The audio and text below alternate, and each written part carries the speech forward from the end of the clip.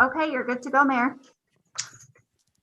All right, it's almost 6 o'clock. We'll start right on time tonight. How's that?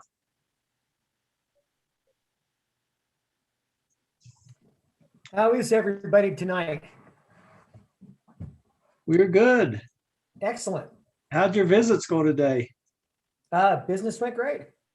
Your visits? Oh, Did you do visits. some- Visits went great. Good. All right, it is 6 o'clock. Let's go ahead and get started this evening. Councilman Barker, I believe you're responsible for our pledge this evening and thought or prayer. And, I'll give another prayer. All right, before we get started, let's make sure we welcome our public who have joined us tonight. Always a pleasure to have you with us. Council, thanks again. And Councilman Barker, let's go ahead. All right. Our dear Heavenly Father, we're grateful that we could meet this evening as a city council, mayor, and staff, and North Ogden residents in this electronic city council meeting. We're grateful for the opportunity to use technology that we can all meet during this pandemic, and that we look forward to the time when we can meet together in person. We're grateful for that we can discuss the items on the agenda, and please bless it. We'll be led and guided by thy spirit, and that we'll make the decisions best for our community. These things we say in the name of thy son, Jesus Christ. Amen. Amen. Thank you, Councilman Barker. Would you now lead us in the pledge?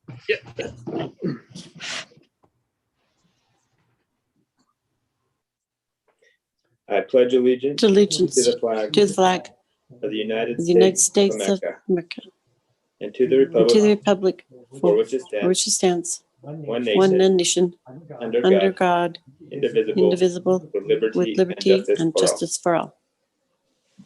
I apologize, Mayor. My screen sharing is having problems, so I will get that up and shared as soon as it's working for me. That is no problem. And with the flag, we used a council member Ekstrom's flag. So that was good. As we start our meeting this evening and enter into the consent agenda, hopefully it's fewer times I'm going to have to read this. But let me read the determination regarding public meetings without an anchor location as required by law. Pursuant to Code Section 59-2-407, the Mayor of North Ogden City hereby determines that conducting an electronic meeting with an anchor location presents a substantial risk to the health and safety of those who may be present at the anchor location. This determination is based upon the November 8th, 2020 declaration by the governor of the state of Utah regarding the increase in COVID-19 cases and the need for caution in people meeting together. The March 9th, this evening's meeting of the North Ogden City will be held electronically. It will not have a physical location. All attendees will connect remotely, and links for public participation are available on the North Ogden City website. And just a little flavor to that, I've talked with Mr. Call about trying to put together a plan where we can meet, be social distanced, and have attendance by the public. So he's working on that, and hopefully we can meet together soon. That is our goal. All right, are there any potential or perceived conflicts of interest that anyone would like to disclose this evening regarding tonight's agenda? Seeing none, then let's enter into discussion and action to approve the February 2nd, 2021 City Council minutes. Does anyone have any comments on those minutes? Being none, is there a motion to approve those minutes? So moved. Thank you, Councilman Swanson. Do we have a second? I second that. Second. Mayor. Okay, any further thoughts or comments? If not, all those in favor of approving the minutes from our February 2nd, 2021 council meeting, say aye. Aye. Aye. Okay, any opposed? Next item is the approval of the minutes of our February 9th, 2021 City Council meeting minutes. Hopefully you've had a chance to read through those. I appreciate the staff getting those out and allowing me a chance to review those. So I have reviewed those. Any corrections or comments, council, on those minutes? If not, I'd look for a motion to approve the February 9th, 2021 City Council minutes. Do we have a motion? So moved, Mayor. Thank you, Councilman Severing. Do we have a second? Second. Thank you, Councilmember Ekstrom. We have a motion and a second. Any further discussion? All those in favor of approving the minutes, say aye. Aye. Aye. Aye. Any opposed?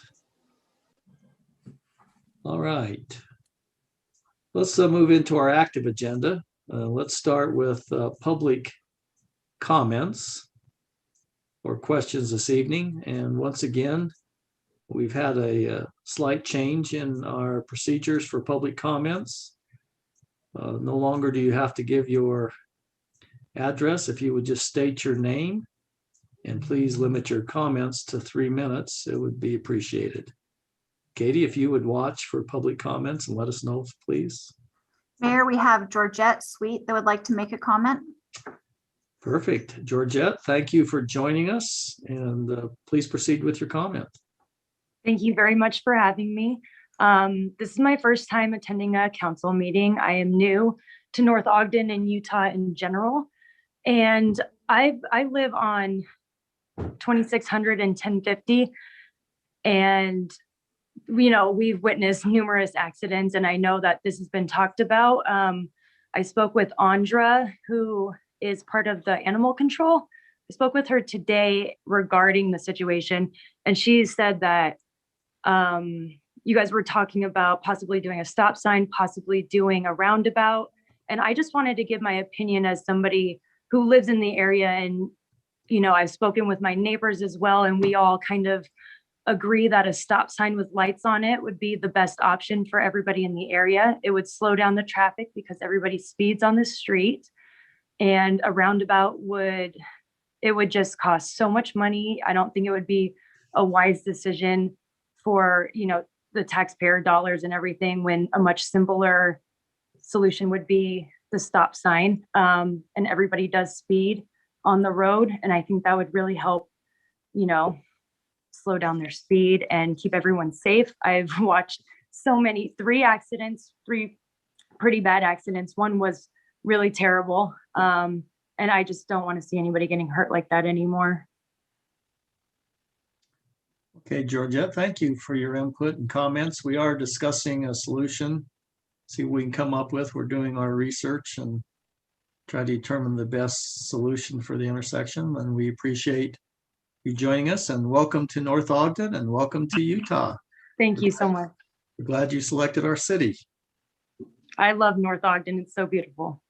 It is, and we love it too. So thank you. Anything else you'd like to say this evening? I just would really rather a stop sign than anything else. I think that would be the best decision. That's all I have to say. Okay, thank you so much for joining us this evening. Thank you. Mayor Dallin Barker would like to make a comment. Okay, Dallin, thanks for joining us. If you would just state your name and take your 3 minutes, we'd appreciate it. Alan Barker, and I was just wondering how I get on the agenda for a city council meeting. I've been looking at budget stuff, and I found some compelling things that I'd like to address with the city council and question some items. And I was thinking not next week, but in 2 weeks, just so I have more time to essentially get the presentation more ready than what it would be next week. I believe there's a process for that. I think you simply have to convince either the mayor or one council member to approve your request to be on the agenda. So it's not too complicated. So I just do it in public comment, or I send an email, or how does that go? I think it would be good for maybe you to select who you'd like to discuss that with. Make sure that they feel it's a valuable discussion, and then we go from there. Okay. All Does right. that sound Well, fair? I'll pick one of you guys out. All right. There's another council member with your same last name. You might find Yeah, I won't success pick with that him. one. I don't like that one. Oh. That's a good choice. Just kidding, Ryan. Just kidding, Ryan. Yeah. Yeah, I'll pick someone out and I'll get with them. One more thing regarding 1050. I pass that intersection quite a bit. I've got family over there, and looking at doing a roundabout. You've got to move a fire hydrant. You've got to move power poles. It's quite the amount of work, and I think you could accomplish the same thing with the lighted stop sign. I think the lights definitely help visually seeing that there is a stop sign and something needs to happen. So that's all I've got for tonight. Okay.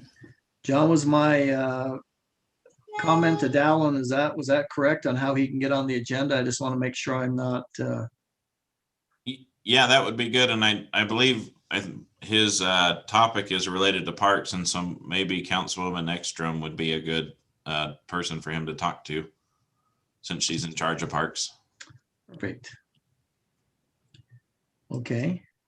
And Mayor, if you don't find success with her, you can always try Councilman Barker. Okay, Katie. we have Dennis Carlton that would like to make a comment. Welcome, Dennis. Looks like you're muted, but if you'd like to give us your name and limit your comments to 3 minutes, we'd appreciate it. Oh, thank you, Mayor, and glad to be back with the City Council. Again, I just wanted to get clarification from the governor lifting the mask mandate on April 10th information. The question is, the library is a city or a county facility, I guess, and they've been open, but I think the city is scheduling the court process to go back to the original process in person July 1st. So I'm wondering, was that from the judiciary that it will be virtual to July 1st, seeing that the library is the county facility, which is open, and the mask mandate, from what I'm hearing, will be lifted April 10th by the governor.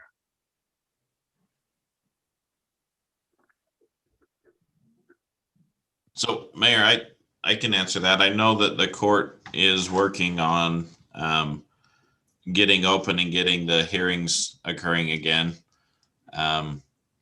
And so it's just a matter of them scheduling it all and working with not the folks who would be involved in those cases, as well as the judge's schedule and things.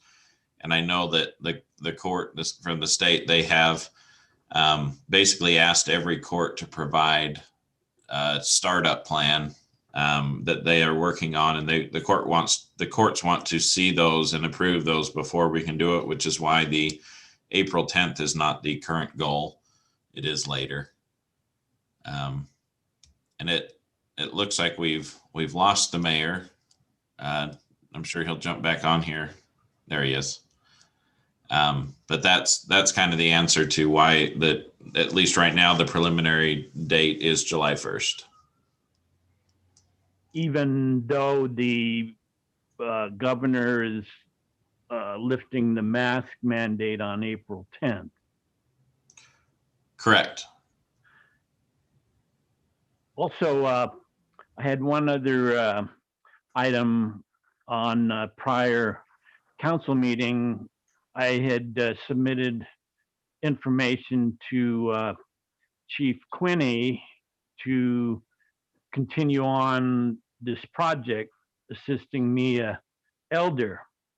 But I'm not sure if it's getting any traction. I've submitted, I think, enough to get going to finish this project. It's not in Utah, it's in New York. So just commenting back again that I'm still waiting.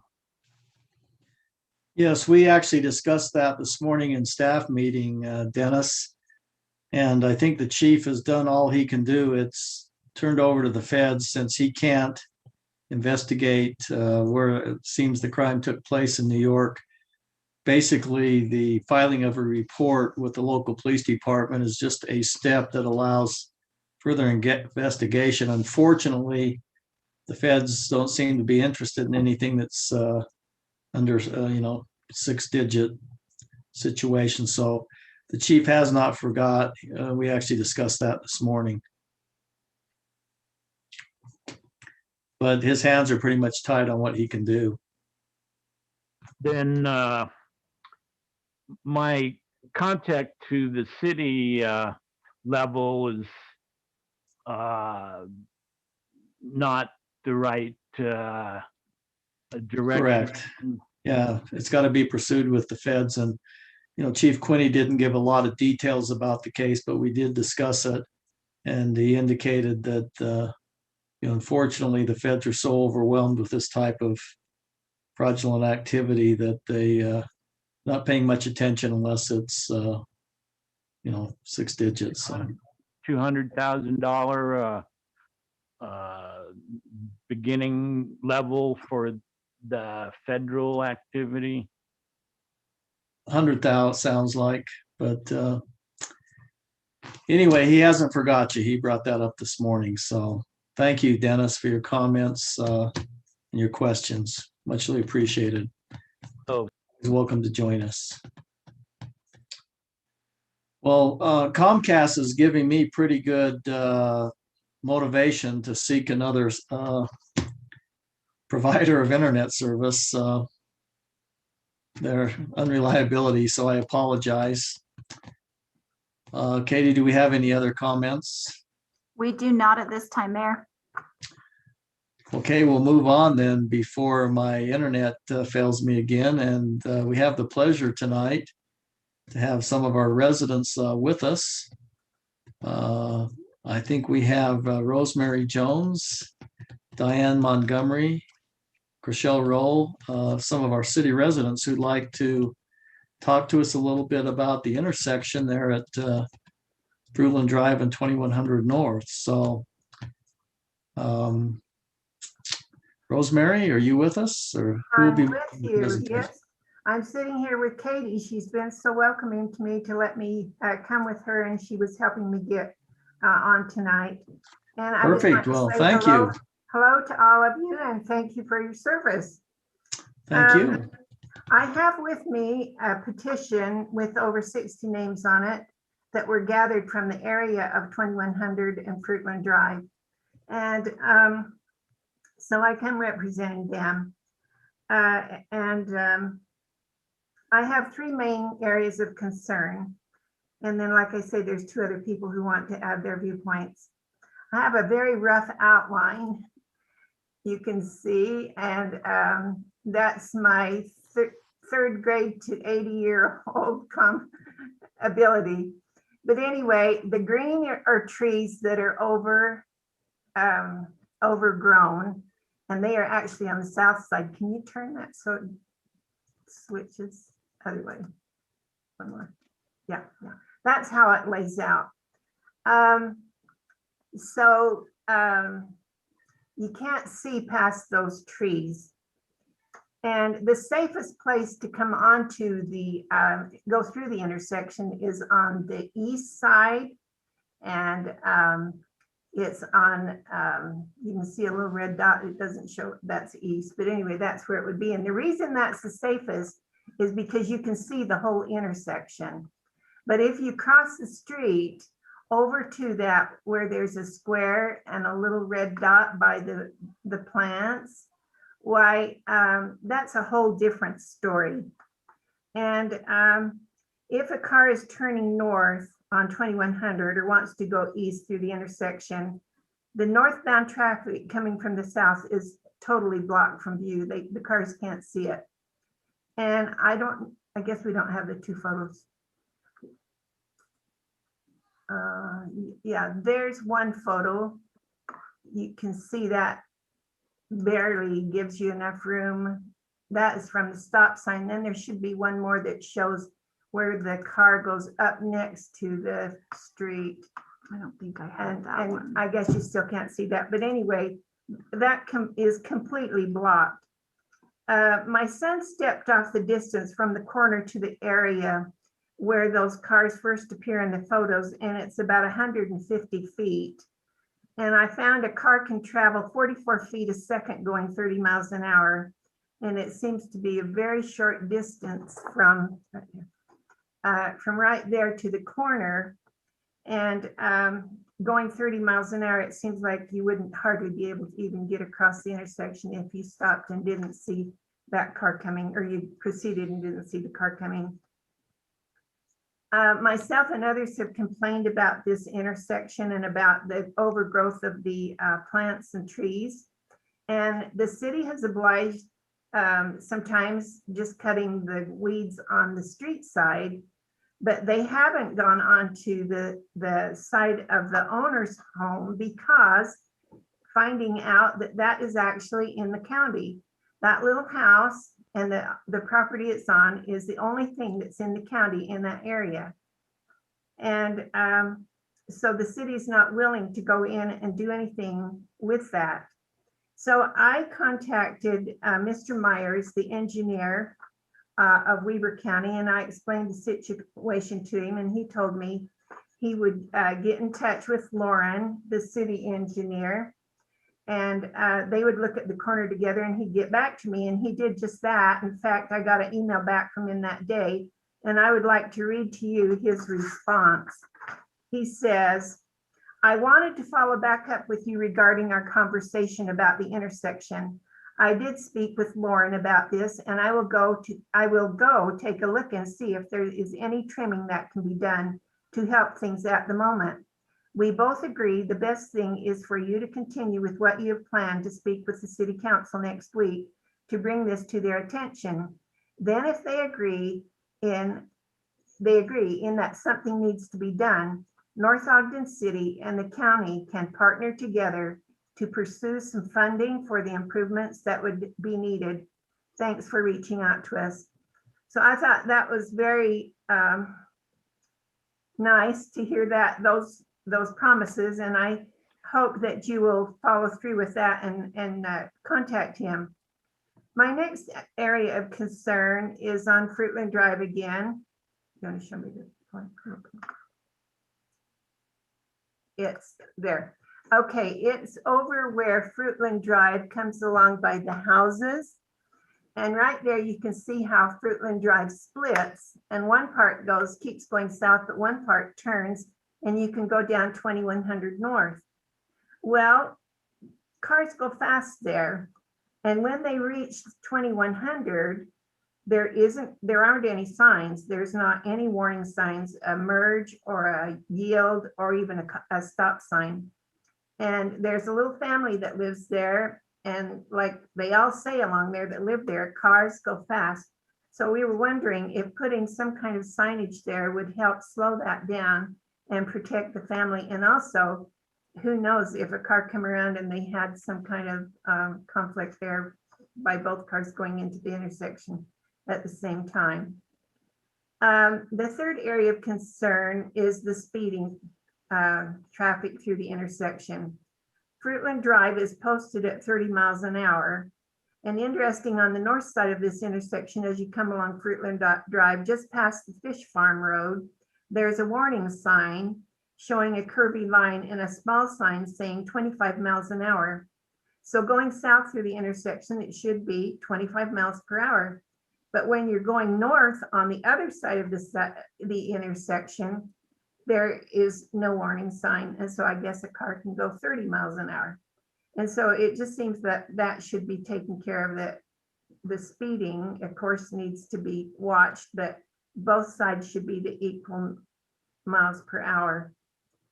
When talking to the residents who signed the petition and who live along this area, they feel that speeding is a big concern. When I talked to the city manager back in January about my concerns, he said he would have a traffic study done. There was a study on the number of cars that proceed through the intersection. It was done the end of January and the first part of February. It was a 4-hour time frame, and there were 793 vehicles that came through the intersection. Well, last week when I was standing by the little 3 houses there, watching the cars come through that intersection, it was 2 o'clock, and I was surprised at how many cars come through that intersection. And while I was standing there, there was a school bus that came up 2100 North to make a left-hand turn to the north. He didn't go over to the stop sign. He went over to the median so he could see what was coming and make that turn, because it doesn't show it on this little map, but it's a very sharp turn. So by the time he got up onto the road, there was a car coming, and I thought, well, I sure hope that cars stop for buses. In checking with Police Chief Mr. Quinney, he said they had not done a study on speed, but that he was going to do so, and he would also get out the speed equipment, which has been stored for the winter, and put out into the area to check the speeds.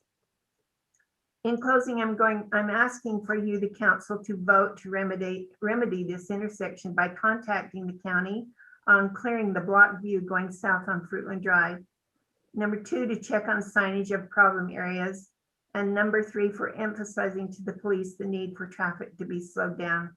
These are the things the people who signed this petition and live in the area are asking for, and the intersection layout calls for a safer intersection. There is a history of Fruitland Drive. It was an original road to get from the south to northern points and vice versa of travel in the 1850s. This lasted for some years because Washington Boulevard was boggy. Streets in North Ogden pretty much were laid out in a grid with straight lines, but Fruitland Drive follows that old pioneer road which came along the east side by the mountain. When I grew up about 100 years later, I don't remember even stop signs at the intersection on Fruitland Drive. We went sleigh riding down the hill on 2100, not worrying about cars because the traffic was scarce. Every morning and evening in the summer, cows would be herded down to pastures or brought up home to be milked on 2100 and on Fruitland Drive. Now it is a different time with many changes because of all the new growth in North Ogden, and our concern today in the 2100 Fruitland Drive area of all the development and more additions coming up the top of 2100 that will feed, the traffic will feed down into this intersection. There's also possibly the future development of the land east of this intersection. So, and there might be extra traffic from the amphitheater may bring to scheduled activities. So it seems the time to get the roundabout that the mayors have hoped for on the planning board. Working to make this happen seems to be very wise and cost-saving thing to do. Now it is your chance as mayor and council members to look to the future, to be bold in your plans and to make the area a safer and user-friendly area for now, and perhaps the next 80 to 100 years. As you can see, it's not an intersection conducive to a crossroads intersection, but perhaps a roundabout where that open medium is would be a better idea. And so I thank you for your time and support. Thank you, Rosemary. Are there others who are interested in making comments regarding this? Yes. I'm Diane Montgomery. I'm glad to be here. I have a little even different interest in this. If we can keep that map or drawing up, Rosemary, that'd be great. I live up at the top of that hill on 2100, and I realize between Orla Pikens and myself and my daughter and a few other houses, if you look up there, one would think, well, there's not that many people up there to worry about. But the concerns that I've had, and it's been a long standing concern, we moved here in '82. If you picture yourself right now coming up 2100, And instead of turning right or left, that you're going to go up that hill. When you hit that stop sign, which is clear down below where it says 2100, it's blind. It's totally a blind spot. If you stop and do that stop sign, which I do, if I come up, and then you kind of inch up and you still cannot see because of the foliage, which by the way, right now it's not so bad, but as soon as spring comes, all of those bushes then bloom out and the trees get leaves, and then you're just even more blocked. But when you come up that way, it is just, I don't know how to word it. I shouldn't say crapshoot, but that's what I feel like. You just have to just go up, kind of inch up, and you still can't see because of the big pine tree and that. And then you just have to sort of go for it. But I can't tell you how many close calls that we've all had, especially if a car is speeding and you just, try and go for it. And I slam on my brakes or they slam on my brakes, and we've been fortunate. I know a few months ago, there was a 3-car accident there with injuries. And then also I want you to picture that I'm coming up 2600 and then going south on Fruitland Drive.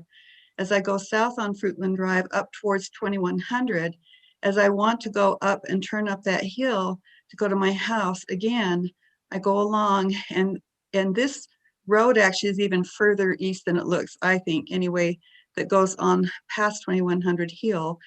But if I want to go up that hill again, I can't see until I can kind of see through the tops of the trees as I'm at the top of the hill, maybe about a half block away. But once I get close to the intersection, again, I can't see. And I have to just figure, I can't see at least for that 150 feet. And I have to just go, okay, and we all feel the same way. When my husband, Mike, just passed away a year and a half ago, same thing. You just had to just hope, you just turn and go. And you were lucky that you would never get hit. The only safe way that we can go up the hill is, no matter where I am in North Ogden, if I want to be purely safe, I'm going to go to 1700 and go across so I can turn up that way.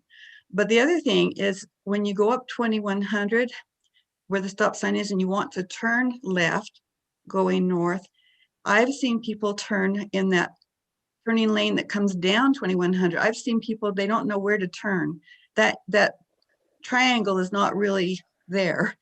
And so I've seen people turn there. I've seen people go up like the school bus because they have to see. So they're turning all over the place.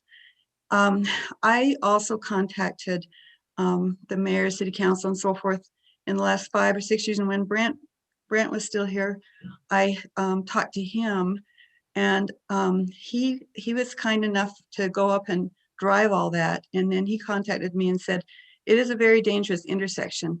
And I'd heard that from several of the city attorneys and other people who've gone up there. I talked to the county, who, by the way, does own just the land along the road there. And they're the ones that actually cut down weeds. But Brent told me that on the books there was a roundabout talked about somewhere on some books, and they didn't have the money to do it right now. But in the future, that's what was going to happen. So I did have that conversation. I appreciated with him that he did drive through that, and several others, and they all agreed it was dangerous. And now I have grandchildren, one who just got her driver's license. And we're just, because there's few of us that live there, there's still postmen and delivery and a lot of different things happening, that people come up that hill. A lot of people come up thinking they go to the fish farm that way.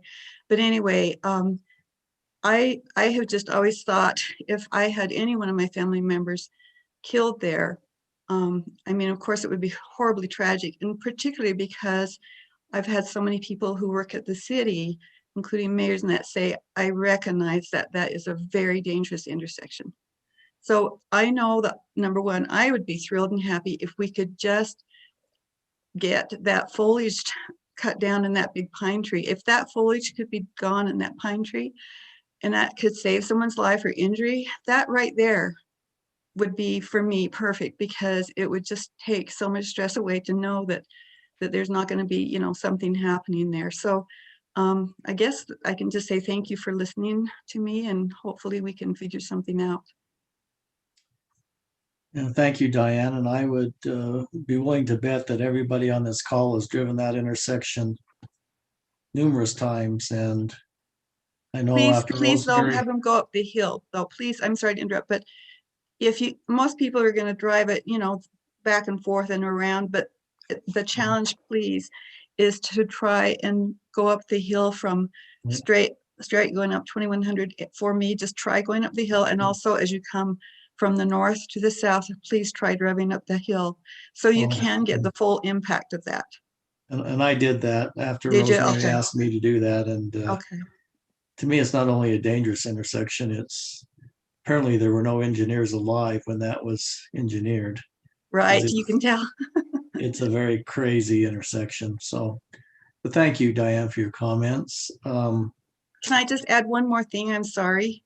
You just bet. made me think of something. And as you know, they're building that road right there of that new subdivision where, it just is going to come out just maybe another 500 feet, or maybe it's farther than that down. And that's going to be access to a lot of traffic coming out. And that was the other thing that's kind of prompted this from all of us, is adding even that much more traffic to the area. Yes, continued development will only make it worse, not improve. That's for sure. I agree. Okay, is there anyone else that would like to make a comment as part of your presentation? Yes, my name is Chriselle Rowe, and I am grateful to be here and to just take up a few of these minutes. I live on the corner, so in that drawing, I'm that first house on the corner of 2100 and Fruitland. Nope, on the other side. Yep, there you go. My husband and I, we grew up in this area. I went to Weber High. We bought our home. It'll be 4 years in June. And when we first bought our home, we have two little kids. I have a 4-year-old and a 2-year-old. And when we were looking to buy a home, we immediately fell in love with this area. And of course, we have a nice, beautiful yard. And it definitely didn't seem as busy as it is now. And as I have young kids and they're more active and we have animals, I can definitely say I've had a few very scary moments of my kids trying to cross the street because, their ball went across the street, or because they see my son loves trucks. And so along 2100, there's all of these huge different work vehicles building these homes. And so he's just drawn to them and wants to just stare right at them. And it scares me to death every time we are outside, because as people are coming, as they're heading north and they're going to turn left down to go 2100, people, sometimes I sit there and I watch and I'm like, wow, people I think are legitly trying to see how fast they can go down that hill. And my husband and I, several times, we just watch and our jaws just drop, that we're like, man, they at least were going 45 miles an hour. And as you continue down 2100, there is a church estate center there, and I see a cop that sits in that parking lot at least 2 or 3 days a week. And every time I laugh, because I'm like, oh, dude, everyone knows you sit there. And by the time they get to the church, they've slowed down. But it's really up at this intersection where people just zoom past it, whether they turn down and go west or they continue north. And so I would say my biggest concern, especially as more homes are being built with younger kids and just being on these roads, is speed. And I know there has been talk of a roundabout. The way our driveway is we have a front driveway that comes out on Fruitland Drive, and then we have a back driveway that comes out on 2100. And I've often sat there thinking, man, I don't know how a roundabout would work for us to get in and out of our driveways.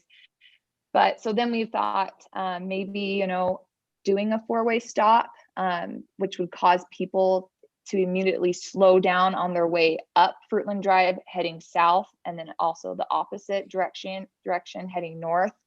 That just maybe it would, cause people to slow down and actually stop at the stop sign, because there is that stop sign right there at that corner where all the tree is, all the bushes are and stuff. And I think the amount of cars that I actually see stop at that stop sign are very few, sadly. But so I would say just living here on this corner, my biggest concern is speed. So just to somehow slow cars down, I think that would be great. So thank you so much for your time. Well, thank you for joining us. Anyone else, Rosemary, that would like to comment this evening? I didn't know if you would vote on this from what the county said. If if you voted that you would like to see a change on that corner, I didn't know if you'd vote for it or how you proceed on that. I wouldn't think we'd need a vote. John, is Chief Quinney with us this evening? He is. Let me just move him over so he can participate. Just Yeah, a I'd like to moment. hear from Chief Quinney and then comments from the council. Hi, Mayor and Council. Hi, Chief. Thanks for joining us. You What's your bet. response to our comments this evening? Well, there's no doubt this is not a typical intersection, and I think that Rosemary did a great job on her drawing. That's just about to scale, if you ask me. And the couple of concerns that she did bring up, although they probably are as untypical as the intersection is, they don't necessarily make it them illegal, I guess, traffic maneuvers. One is the right-hand turn from southbound Fruitland Drive to 2100. That vehicle will always have the right-of-way. Every other vehicle that might be sharing that space would yield to that vehicle. So a sign, a stop sign or a yield sign would probably create more of a hazard for that vehicle. The cars that are northbound turning left onto Fruitland Drive, they do have to yield the right of way to anything southbound, whether they're going straight or turning right. And then the second thing that is always confusing for folks is the yellow speed signs that you would see typically on like mountain corridors where it's windy and you're going around a lot of curves or freeway entrances and exits. Those yellow speed signs are not regulatory speed signs. Those are advisory speed signs. The speed limit stays the same as what was previously posted or statutory speed limits, which is 25. It stays the same, but those yellow speed signs are basically say, hey, for safety purposes, because of this, what might be coming up, whether it's a curve or a tricky intersection or something, this is kind of what we advise. It doesn't make it the speed limit. So the speed limit does stay 30 miles an hour through that intersection, whether northbound or southbound. And then those trees that's been brought up as a concern, yes, they are on county property, and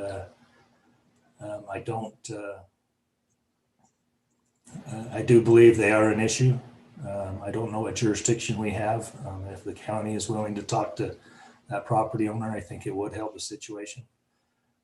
But another problem with that is the elevation of the road that's south of those trees is above where somebody might be sitting at the stop sign at 2100 North. So just the given change in elevation might still create a visibility issue.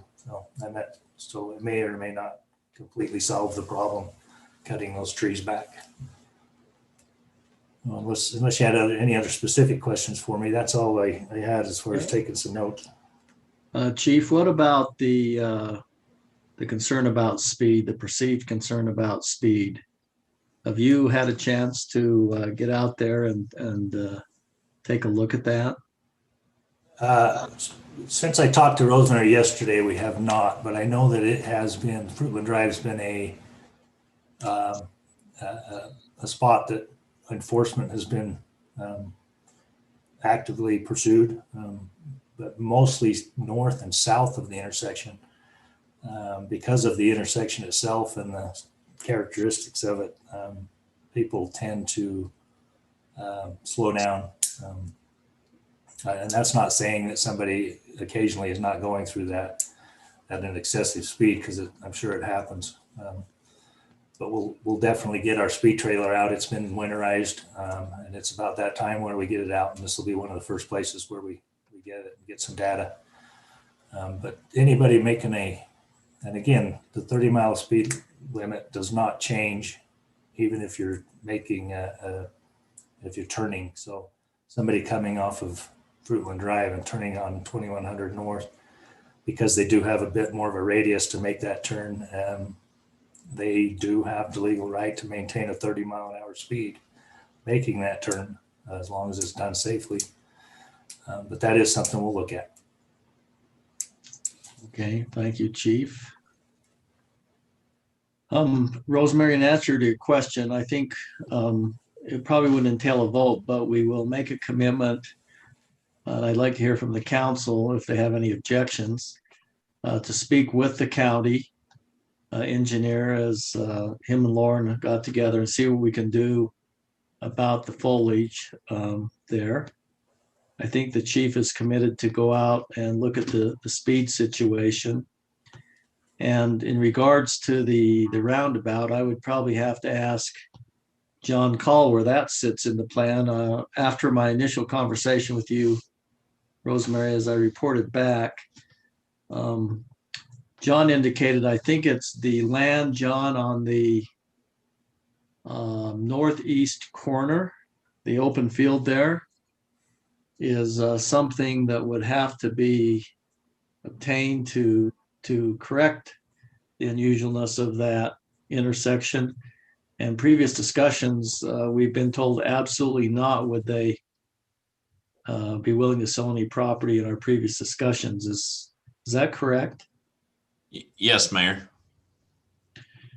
So to fix that intersection, we would have to somehow figure out how to get that property on the north east corner. But John, what is the status of this roundabout that Mr. Taylor referenced, Mayor Taylor referenced as fixing the problem? What's the status of that? So we have a few designs that have been presented by engineers for a roundabout in this location.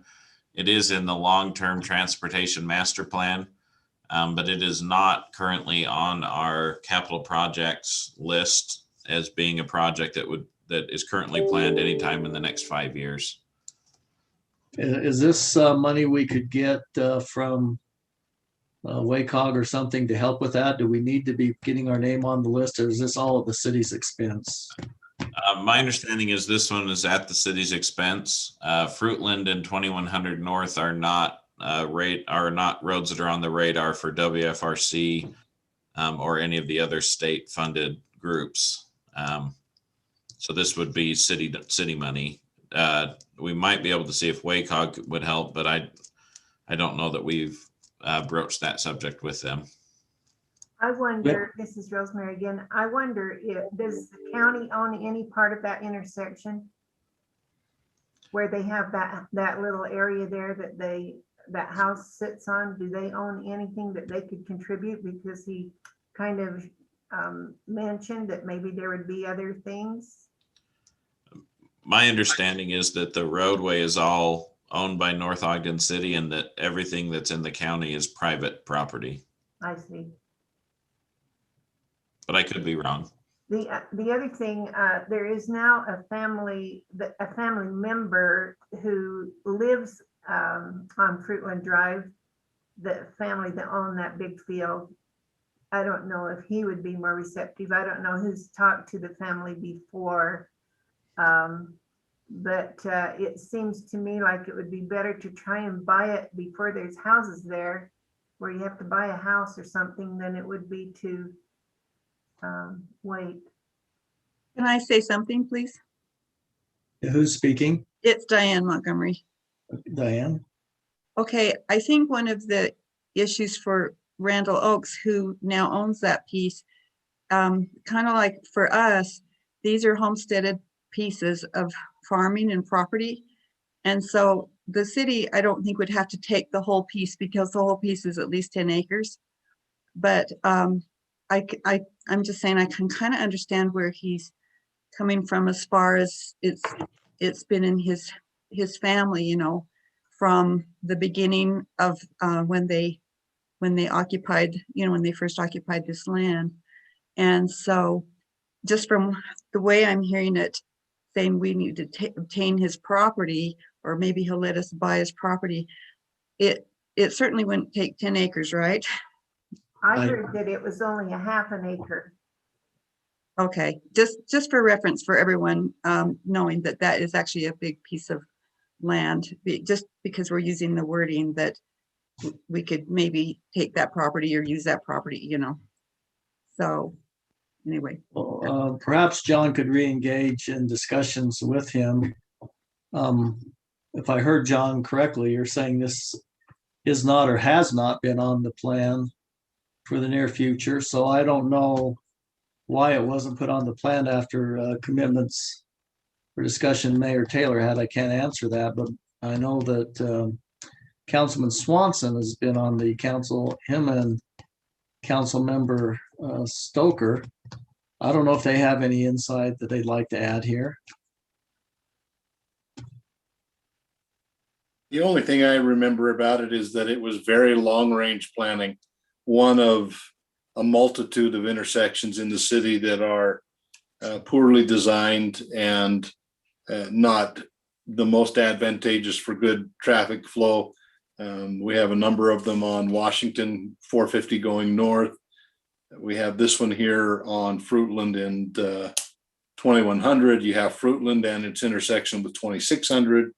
There are a number of intersections throughout the city that are not optimal. This is but one that we discussed at various points.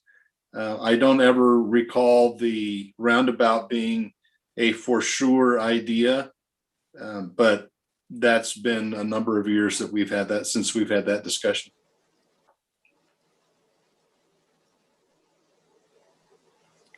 Mayor? Yes, Councilmember Stoker.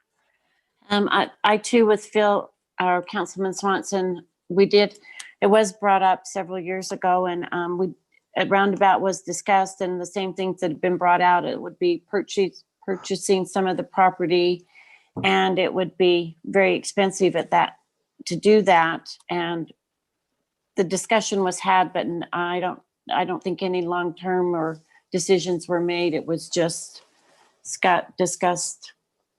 Okay. Well, Mayor? it seems, yes. Sorry about that. I was just going to say Dave Espinoza would like to make a comment about that, if that's okay with you. Yeah, well, let's hear from Dave quickly. Hello, Mayor and Council. I was just gonna, and Cheryl or Councilman Stoker actually kind of said the same thing, but I was with Mayor Taylor with those discussions, and a lot of it was halted by not being able to purchase either the property in the northeast corner that we're talking about, or the property on the southwest corner where the house is. A lot of that was halted by just not being able to purchase those properties, as well as in that triangle piece that you're seeing on the drawing. We have a lot of major infrastructure in the ground there. We have a pumping system for our water department. There's major storm drain collection areas in that area too, that also made the roundabout a tricky situation in that by putting a roundabout there, we would have to move major parts of our infrastructure either into the properties, one of the properties, or in the middle of the roundabout, and that would cause other issues. So that's kind of where it got halted a few years back. Well, I think Dave too, is this the utility situation you and I talked about this morning? Yes, sir, it is. So there needs to be some correction long-term in that, but so let's proceed this way. Let's get with the county. Let's look at the foliage. Chief will get over there and try to have a survey of what's going on speed-wise. I believe the chief, and he didn't mention this, I think there are requirements before it can be a four-way stop. And I don't know, but I think we all admit that is one of the craziest intersections in our city. But if we need to re-engage in discussions, even if this is a little bit longer term, it's better to maybe have the discussion about the land. So John, if you could re-engage with those discussions. Unfortunately, I'm not sure the money has been set aside, but for this, we will be meeting with a member of transportation group at WACOG this coming week. We can at least make an inquiry, but let's see if we can't take some steps here to try to rectify the situation, because I think the presentation the citizens have made this evening is true and identifies the problems we have. So although we may not be able to fix the entire intersection because of the long-range plan, John, as you've always said, long-range starts with some short-term discussions. So maybe we need to approach the landowner and get a right to purchase or whatever.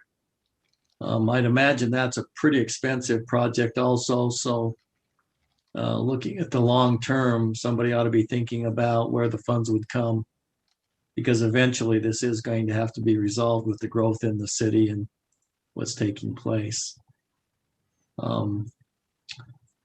Does anybody on the council object to taking that approach? Can you give us some time to pursue that, Rosemary and Diane?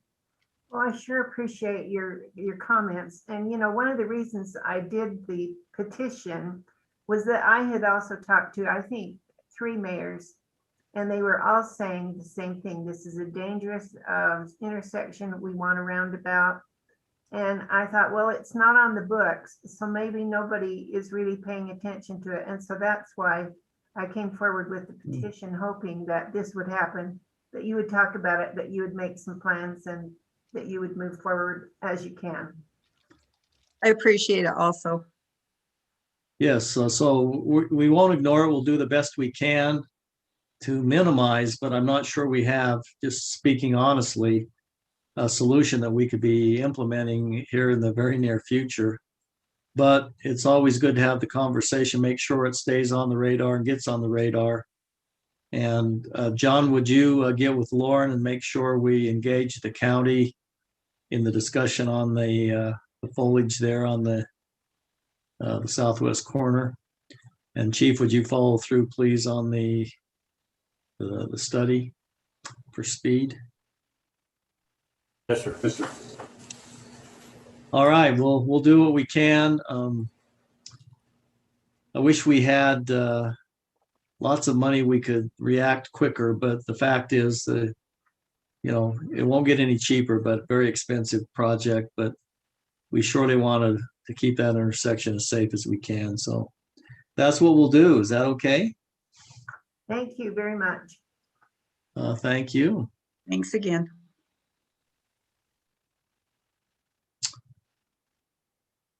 All right. Appreciate our citizens joining us. We'll now move on to item number 7. This item will be led by our city manager and attorney, Mr. John Call, and we'll discuss action on the Cherry Days parade route. John? Thanks, Mayor. So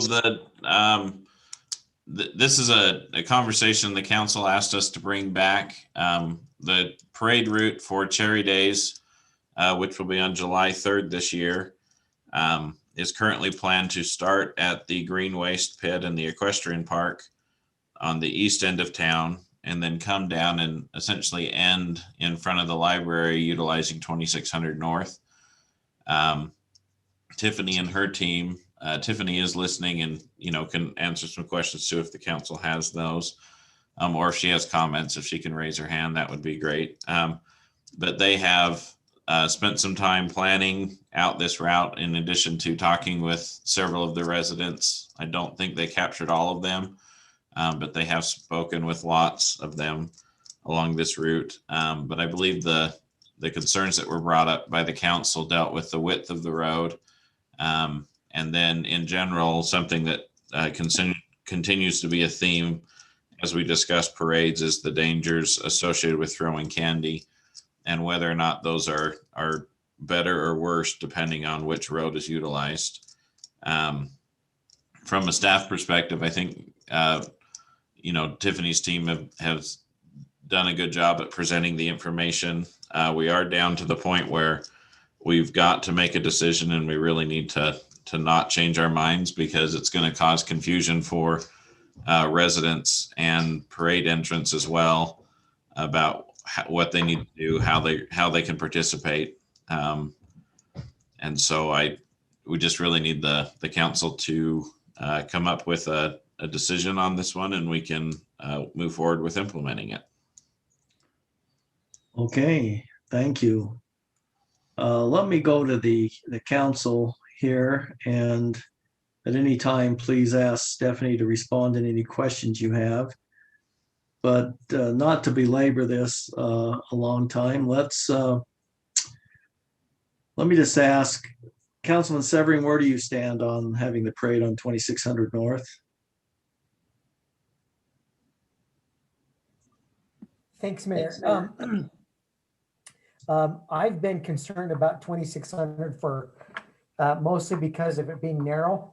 So I'm in favor of moving it down to 2550. Okay, thank you. South on Washington.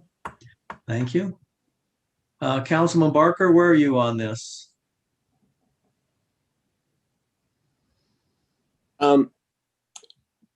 My biggest concerns, we said that 2600 would give us room to spread out. Well, since our last meeting, we've now had the governor come out and say that by then we're going to have all the mask mandates lifted. Everything's going to be lifted by the 4th of July. And I actually see this 4th of July Cherry Days may be bigger than we've ever had. On 2600, it is narrow. We've said the city owns 2 water meters. That could be a foot off the road in some places on 2600. So I really don't see where we're going to put all the people on 2600. It is narrow. I'd be in favor of moving it, but I'm willing to listen. I just think we're going to be overcrowded on 2600. Okay, thank you. Councilmember Ekstrom? I trust Tiffany and her team. They've been planning this for several years. They've kind of vetted it. I think this close to the 4th of July, it's not going to have near the scrutiny. So, I really go with who's actually having to put this together. And then I will also listen to Chief Quinney's concerns about safety. But I was kind of looking forward to having it on 2600 because it is going to be just a little more intimate, I think. But, it does end up being a really big event. There's lots of people that come out for it. So, and if, as Councilman Barker pointed out, the restrictions are lifted and people are really wanting to come and participate in the parade, we may have just, a blowout year that everybody comes. So, but again, I kind of defer to Tiffany and her team's recommendation, which is this one. Well, you're on 2600 North. Mm-hmm. Okay, Councilmember Stoker, where are you on this? I'm not really in favor of 2600 North for several reasons, and being in a few parades over the years. We've talked about putting barricades up, and I think we did in 19, they put up like the crime tape, but people went under the tape. So if you're going to put a barrier up on 2600 for crowd control and keep kids out of the street, it would have to be a solid barrier because the crime tape doesn't work, and it is narrow.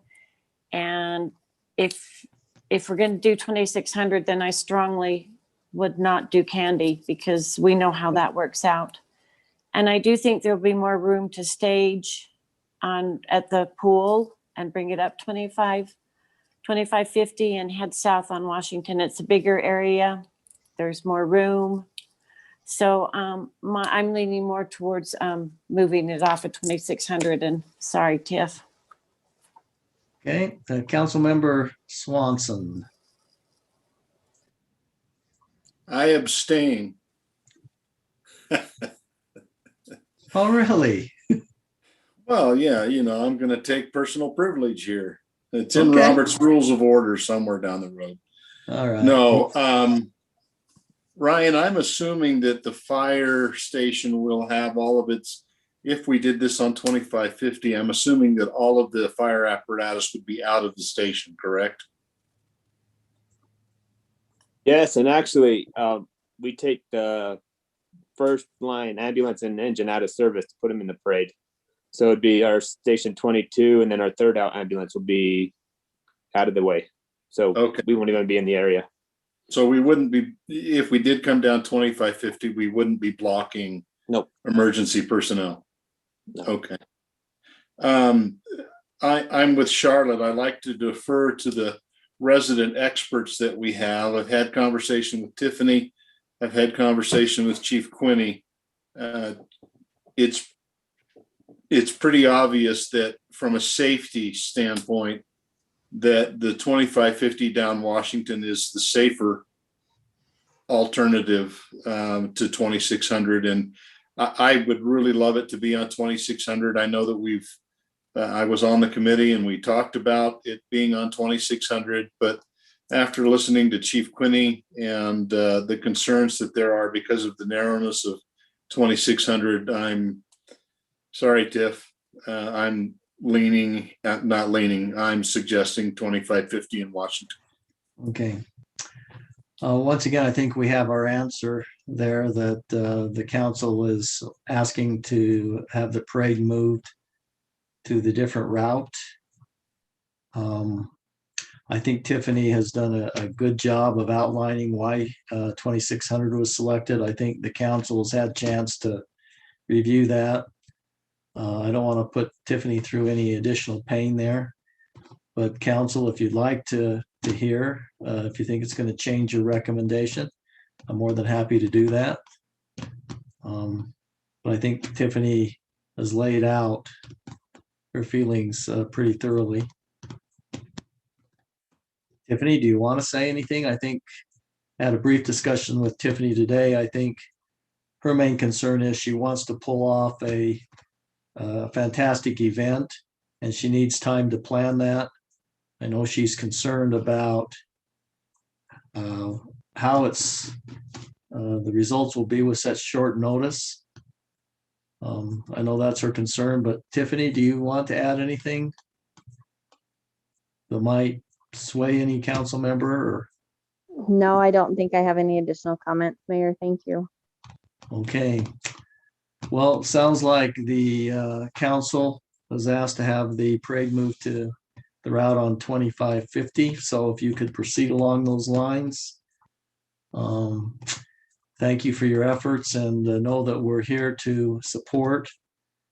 Once again, council, I think this gives us some room for discussion that how difficult it is for staff when we make changes so closely, but I understand that safety is the primary issue everyone's addressing. So we'll move on then to the next item and let the Parks and Recreation Department start their planning, and we'll be here to be supportive to make it a success.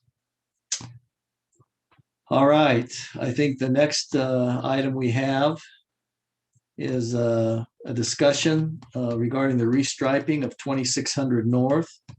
Our presenter will be Dave Espinosa, who is our Public Works Director. Dave, please. Hello again, Mayor and Council. Yeah, so we're just bringing this discussion back from last week, and you know, in the last week we've sent emails back and forth and try to come up with other ideas as far as addressing different ways of going about this this intersection or this strip here on 2600. Chief Quinney brought up another good option that we could narrow it down and only do the turn pockets at the intersections. That would give some room for on-street parking. In that, we would, thank you for bringing that up.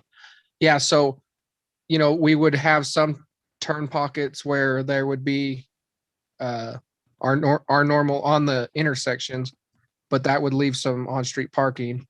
Or we could do this option that's on the screen now, where it would be that middle section where there would be no parking on 2600, or we could leave it as it is right now. Another suggestion was if we did leave it as it is now, we could put in those green striped bike lanes or walking lanes to try to deter people from crossing that white line and going around people at intersections. You know, there's other cities around us that, you know, do similar things along Harrison Boulevard. That's what they do. They have these green boxes that they put near the intersections, and they're on the outside of their white lines so that it deters people from crossing those white lines. It's not going to stop everybody, but so that's what it comes down to, is those different options that we have is we can either leave it as it is. We can go to the what we have on the screen right now, where there would be no on-street parking. There'd be a median with turn pockets at all the intersections. Or a third option is that we could do turn pockets where we would narrow it down, or we would have our normal, what we have right now, we would narrow it down to these turn pockets. So that would leave some on-street parking. So those are kind of the different options we've came up with, council. We're willing to look at any other things that you guys could think of as well. Okay, thank you, Dave. I believe, if my memory serves me right, that the council last meeting voted to restripe.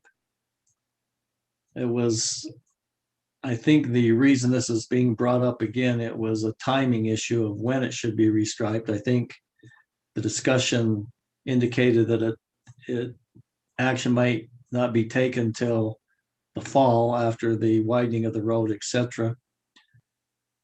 I believe it was asked to be put back on the agenda in regards to timing.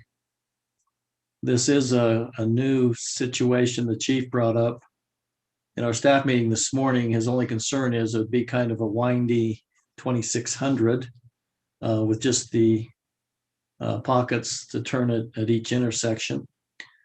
But let me ask Councilman Swanson.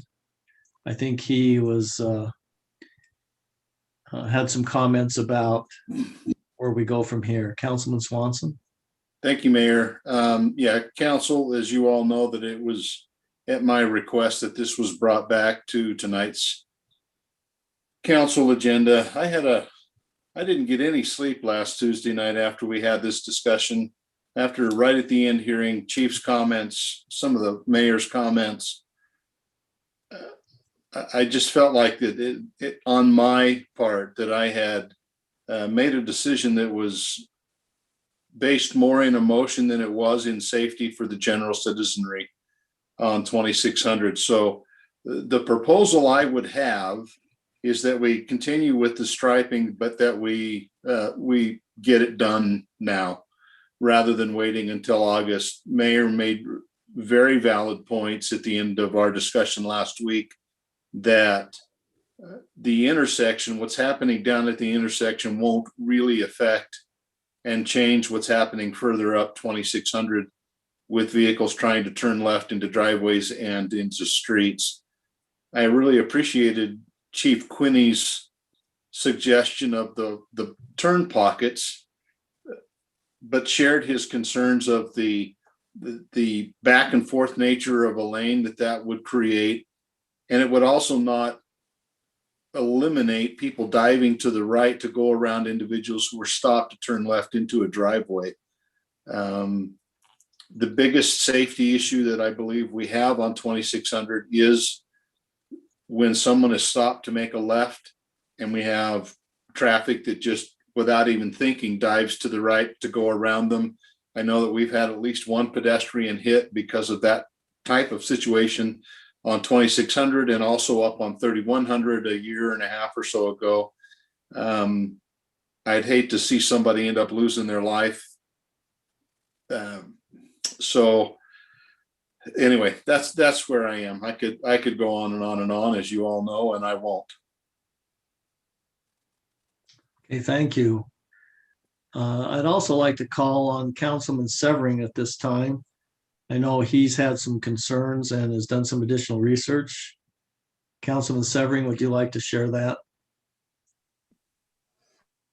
Well, I too have been thinking a lot about this, and I spent some time today knocking on doors down on 2600 and knocked on about 20 or so doors and caught about half that many people at home and spoke with them for probably, man, it was some conversations were 15, 20 minutes long and some were a little bit more brief than that. But the consensus I found in talking to everybody that, again, those that I was able to talk to, they want the on-road parking. So that's all I'm going to say. I did my due diligence. I talked to a lot of families. I do know that Chief Quinney, maybe I would make sure that you notice my comment here. This is from unsolicited. I think every husband and wife that I spoke with were really concerned about speeding, especially in fact, two of the couple said, Blake, you ought to see how much speeding goes on after 9 o'clock at night. So we need to really look at something on 2600 after 6 p.m. for speed. But again, after speaking with that many couples today, the majority favored keeping the parking on 2600. Okay, thank you. Okay, council, what other comments do you have? We've heard from Councilman Swanson and Councilman Severing. Councilman Barker, Council Member Stoker, Council Member Ekstrom. What are your thoughts? Are you considering reversing last week's decision, or are you staying with it? Mayor? Yes, Council Member Stoker. If we don't do it, I mean, you have to do something. And as I've driven up and down 2600 and paid attention, especially more so at night than the daytime when people are anxious to go home, there is a lot that go around. And sometimes they'll go around 2 or 3 cars in that right lane too, because they don't want to wait. So if we leave it as is, I think we need to do something to very much discourage cars from going onto that shoulder, that we put those bike lanes in. At least they know that that's not where they're supposed to go. But I think if we don't do anything and leave it as is, it will continue on. And I understand the on-street parking, because some of those homes absolutely have nothing. Their driveways are so short. But also on the other hand, if somebody loses their life on that road, there's no words, and especially if it's a child, there's just no words to even express that. So something needs to be done, whether we restripe it or whether we put signage on those shoulders to definitely discourage cars from passing on the right. Okay, thank you. So would I interpret that as sticking with last week's decision to restripe?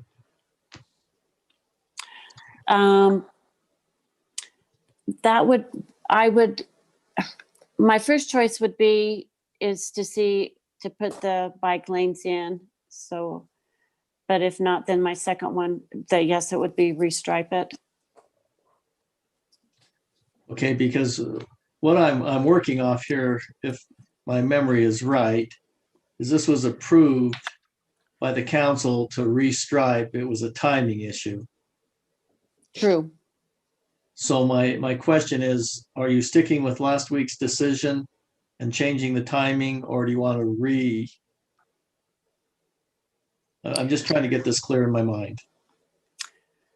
For not just you, for everybody that's addressing the issue. I probably restripe. Okay. Let's go to Council Member Ekstrom if we could. My mind really hasn't changed. I think we should restripe it. At a minimum, do the turnouts.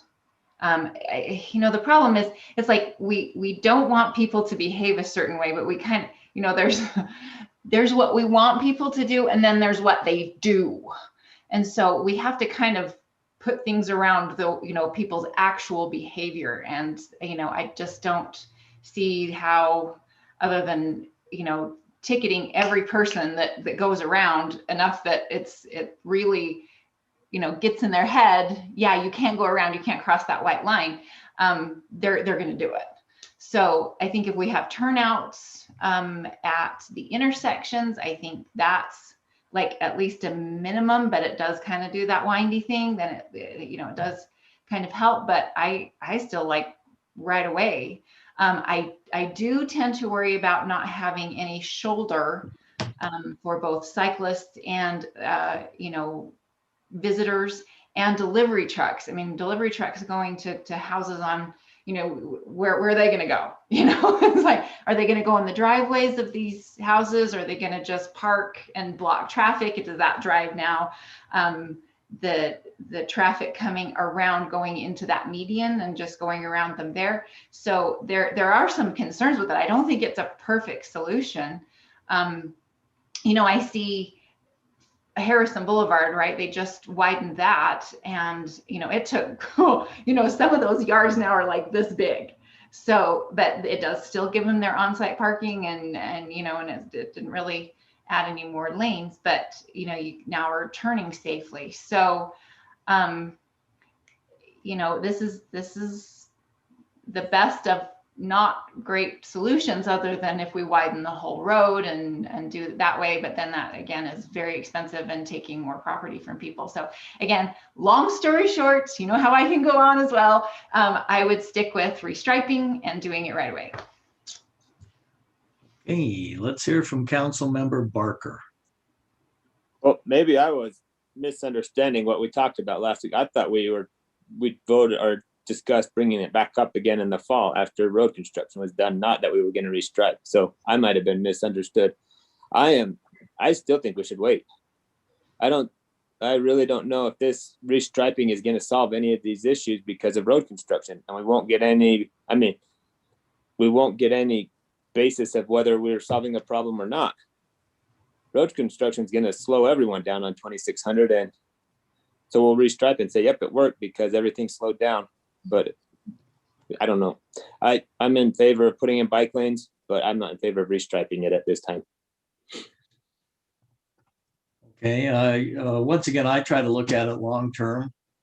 And as I've expressed, my concern before has been when you go from 2 lanes down to 1 lane past 475, you're going to create a real problem. So even if it slows it down now, I think you're going to have a problem when it goes down from 2 lanes at 475 down to 1 lane. I would just say the motivation for this, as I recall, was safety. And so before I ask for a vote on this, I'm going to ask Chief Quinney, if he's still with us, to address this from a safety issue. what is the safest solution by being considerate of the property owners along there? Chief, could you join us, please? Yeah, I'm here, Mayor. Thank you. Okay, could So you it's- render your humble opinion on what you think the safest thing to do for our citizens? I will, and again, it's just that, it's an opinion. I do think that the safest route by far is the two-way turn lane for the entire length, which in the picture that's up is the top half of that picture.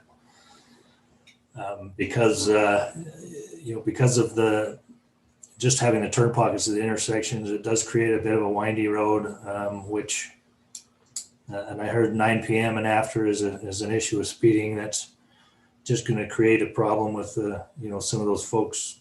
And again, I think the biggest problem is recklessness when it comes to safety. Those folks are going to straighten that road out if they can. But again, in between the intersections, you suck that shoulder back in, and anybody that's turning into their driveway is just going to create another backlog. The bottom part of that picture shows a turnway, or a turn pocket that's just at the intersection, and then the shoulder comes back in and the lane sucks back in. So that's just a diagram. That's just a compromise if it's worth looking at a compromise. But to answer your question, is the safest by far is the two-way left turn lane. And I'll give you one more reason. People that are pulling in and out of their driveways out onto 2600 North sometimes have a hard time finding a gap that's not, I guess it's sometimes doesn't cause them to take a chance. And that two-way turn lane becomes a kind of a buffer zone that they can pull out into and wait for an opening in the lane they're trying to get into, and then pull into that lane. It's much safer than not having that buffer and just trying to shoot that gap. So I hope that helps you out. But that is by far the safest in my opinion. Okay. Thank you, Chief. All right, there we are. I get a little concerned about the bike lane, to be honest with you. I guess I'm not smart enough to figure that out. And half the time I find myself in the bike lane when I shouldn't be there. Plus, I think Chief Quinney indicated, and please correct me if I'm wrong, but it's actually illegal for the bikers to be driving on the inside of that white line. They have to, I think you told me this morning, Chief, they have to follow all traffic ordinances as if they were driving a car. Did I interpret that correctly? So yes, Mayor, the bicyclists using the roadway have to follow the exact same traffic laws as a vehicle. They're considered a vehicle. If they cannot keep the speed of traffic, then they have to stay as far to the right of the roadway as possible. And the roadway ends at that white line. Now, we're not going to go out and tell them that, many of you have been up and down the highway or a road in particular, or somewhere where bicyclists like to ride. And you've often wondered probably why are they so close to the travel lane, or why are they so close to that fog line and not 3 feet over into the shoulder where it's because they, by law, need to follow the same laws that a vehicle does. And that is to stay in the road or as far to the right as the roadway, which ends at the white line. So I think that was what you're asking, Mayor. Is that right? Yes, thank you for clarifying that. And I do sympathize with those who have little parking. I think we all like to have our families over. I just don't know what the solution is, because I think, as I wrote in my article, the Connection magazine, sometimes doing nothing is riskier than doing something. And so at this point in time, is there any further discussion from the council I guess what we'd be seeking is a motion to overturn. And Councilman Barker, maybe we're all misunderstanding, but I thought that the council reached a decision to restripe but defer till the fall. John, maybe you could double check that just to make sure we're taking the proper procedure. So I think if the council's going to reconsider and do a new motion, then that would be the only thing the council needs. Well, but John, my question is what Councilman Barker brought up. He feels like we didn't make a decision to restrike, that we were going to readdress the issue in the fall. And I think some of the council members' understanding is that there was a motion to restripe, but defer till fall. Hey, Mayor? Yes, Councilman Barker. I don't think there was an official motion made. It was just a work session where we discussed it. So either way, I don't think there was an official motion made last week. Okay, you could be correct. Councilman Swanson, what's your recollection? I agree with Councilman Barker that it was a work session and we gave it a head nod to do one thing, but there was no official motion made. Okay, so it was just the council's recommendation. So at this point in time, I guess then I'd be seeking a motion on how we'd like to proceed. Does anyone like to make a motion?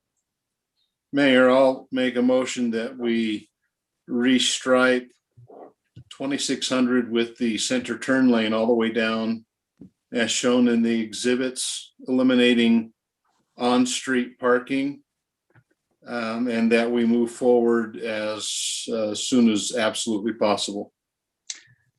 Yeah, we don't want to stripe it and then have the plows go over it immediately for sure. Do we have a second to Council Member Swanson's motion? I'll second. We have a motion and a second. Further discussion?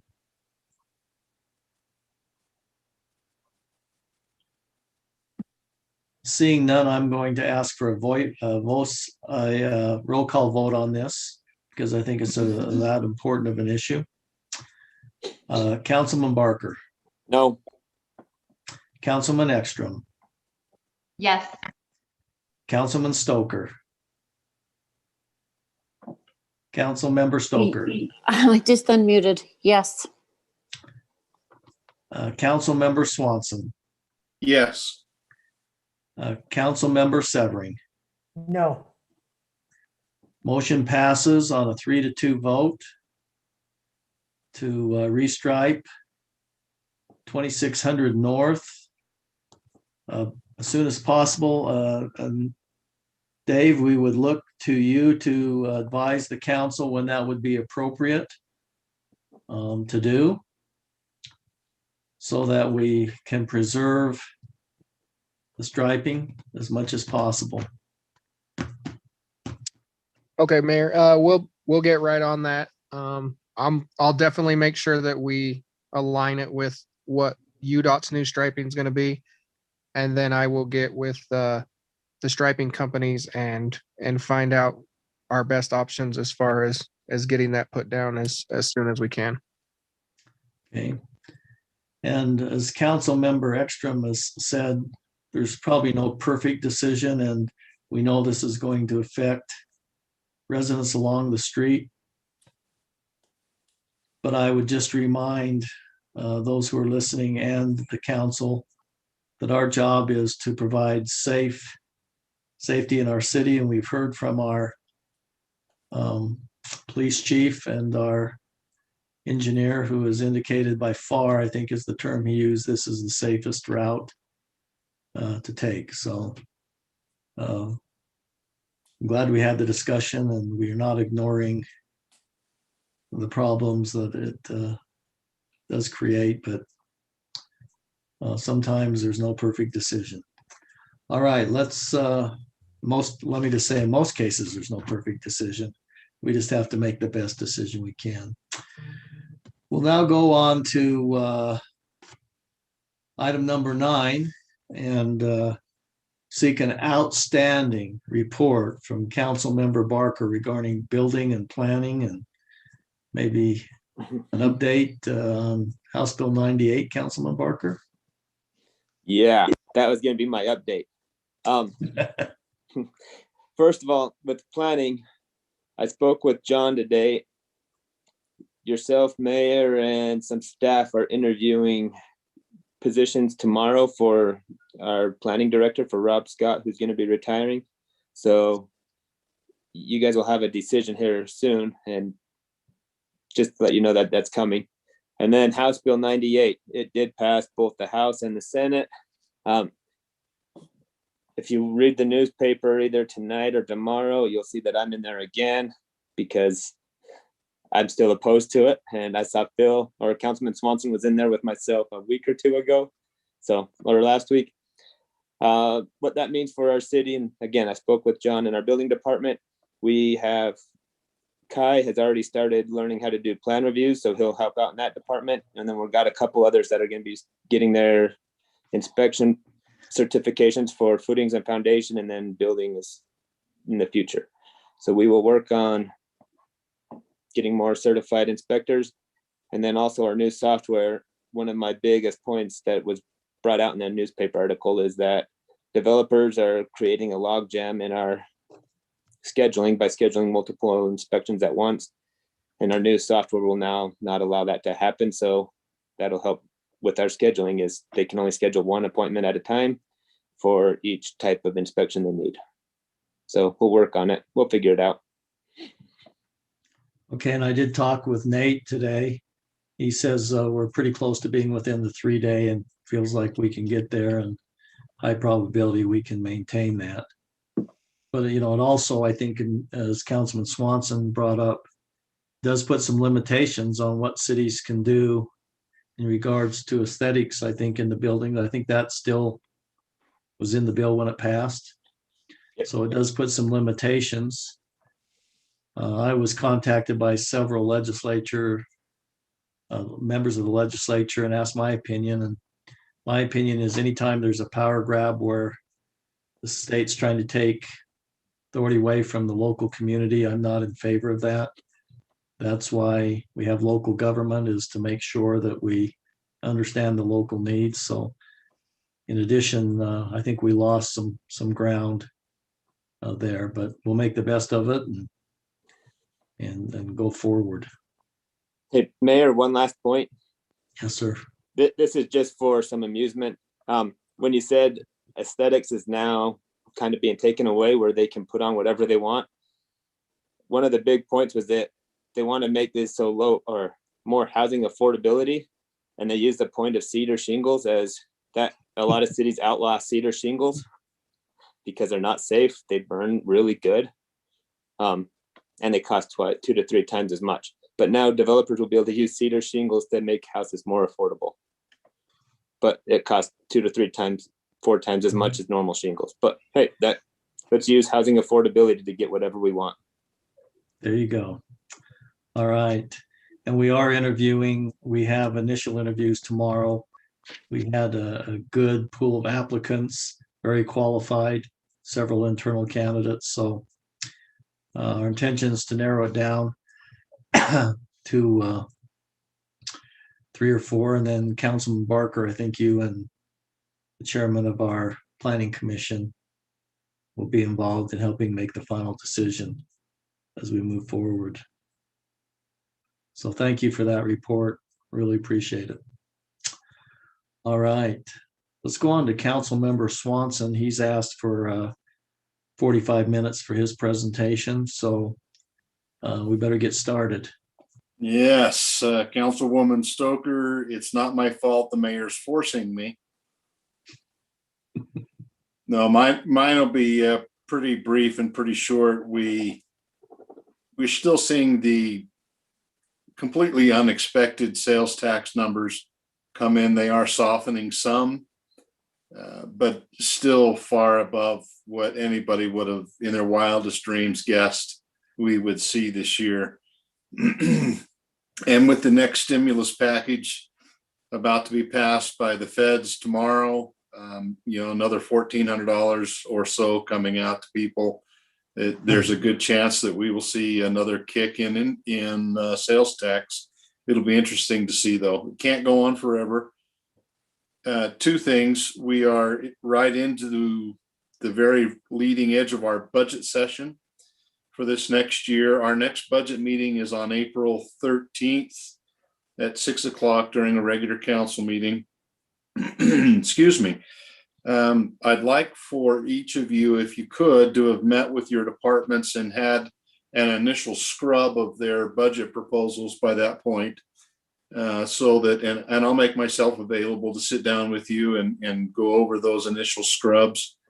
As Mayor has mentioned earlier, we're trying to avoid the line by line by line, day after day after day that we have done in the past, and utilize the brain power and the expertise that each of you has in working with your various departments and help them start scrubbing those budgets early so that we can get this process rolling and then have, again, that initial scrub that we can present on the 13th. The only other thing that I have is we have all of the statements in. Evan, are you on the line still? Is Evan with us tonight? He's He not. is, Mayor. Let me move him over. Just one moment. Oh, okay. Okay, great.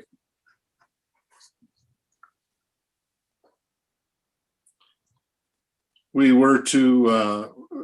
had asked Kent Christensen, our CPA, to have all of the statements in that we need to get the audit finished by tomorrow, end of day. Evan, you had mentioned to me that they were probably going to have that done by this evening. Is that where we are? Can you hear me? I can. Okay. So he's provided us with a revised draft that we've forwarded to the auditors, and we received some comments back, and I think the auditor is still reviewing some of the statements. Okay. As far as a final audit report, the final report won't be ready by tomorrow. No. The auditors still have some work to do before they'll issue a report. But they are reviewing the draft that Kent has provided. Wonderful.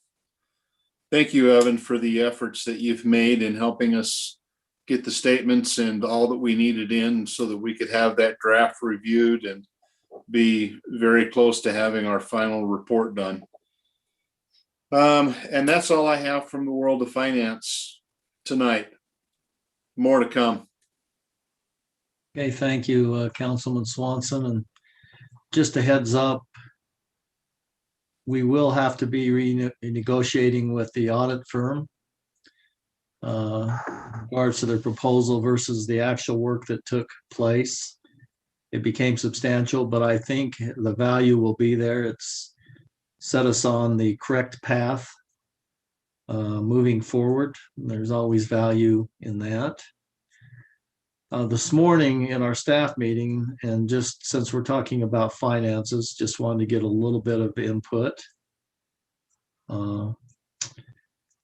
It is kind of another year of unknown revenues. We don't quite know what to project.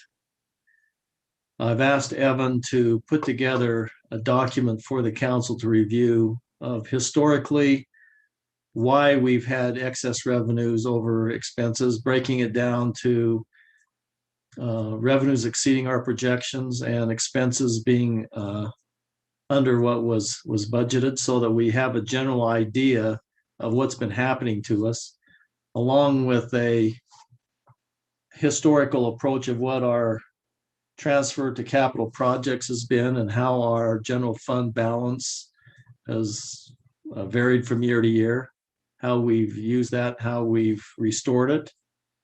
I think that's important as we can continue to talk about the public safety building and how that will move forward and how that will be financed.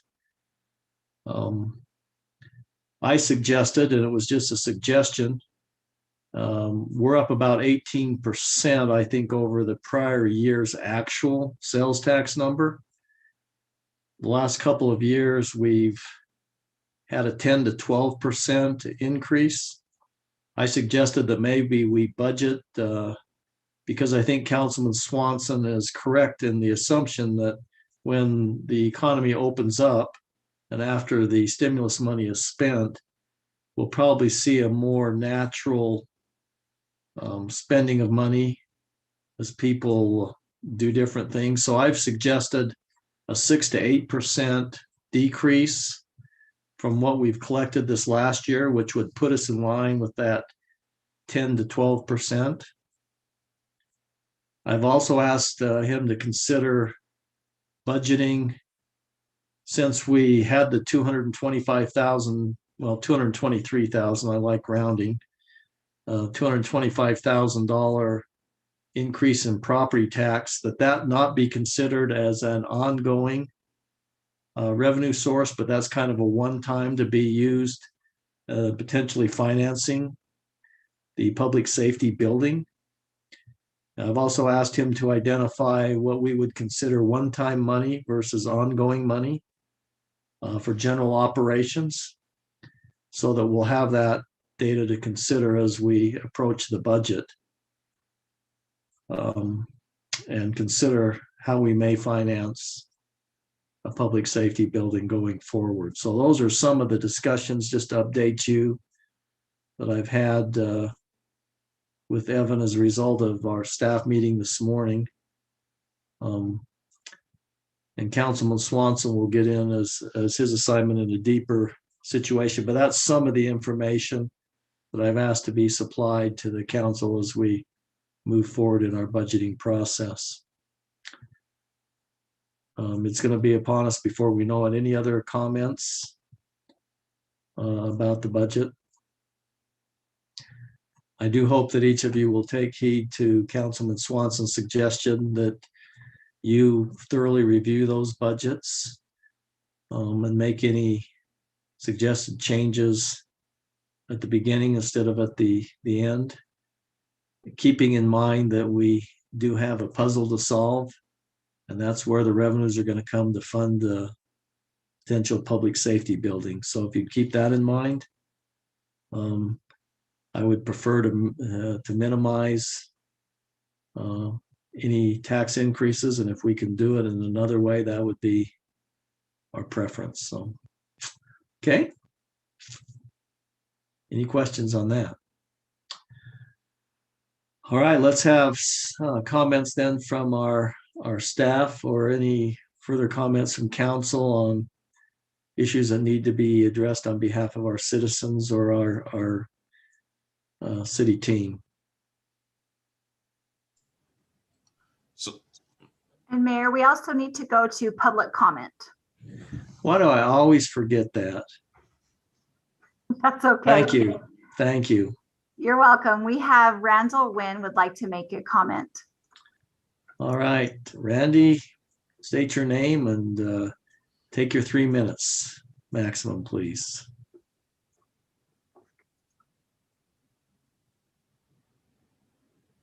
Randall, looks like you're still muted. Yeah.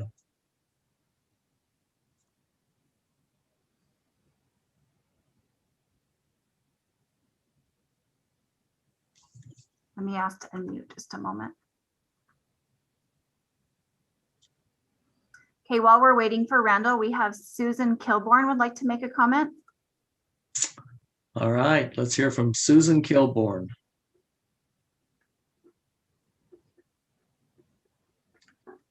Maybe. Susan, can you unmute? There you go.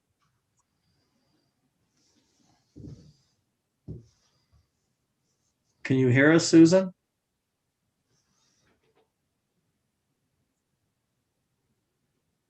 Can you hear me now? We can hear you now. Thank you. I have two questions. The first one is just out of my own curiosity and maybe those of others. Do you and the council are you able to see how many people attend these Zoom meetings? Yes, we are. Could you tell me how many people are on board tonight? Let me see if I can find the participant. Mayor, so right now we have 22 participants, and that includes mayor, city council, staff, and city residents. Oh, okay, great. Thank you. But understand that about probably more than half of that is taken up by staff and council. Yeah, that's kind of my concern. All right, I was on a city council for 6 years in California, and we initially had a problem with getting attendance from the general public or our constituents, so to speak. And I'm wondering if we shouldn't have more people involved in the city council meetings, and what the city or the mayor or the city council or the residents of our city can do to get more involved with what's going on. I have learned so much by being able to attend these meetings, and I think that it would tend to create less tension when decisions are made if people didn't have it like dropped as a bomb on them and they were involved in what you and the public feel about the decisions that you make that are binding. Susan, I think that's a good point, and Councilman Severing has come up with some good ideas that might improve involvement with the citizens, but we're surely open. We've made a commitment of increased transparency and doing all we can to involve citizens, but you can't force their participation. So we're open for ideas to increase that. I think that would be our desire, is to have more citizens involved in the process. But somebody once said it's a free country or something. I don't know.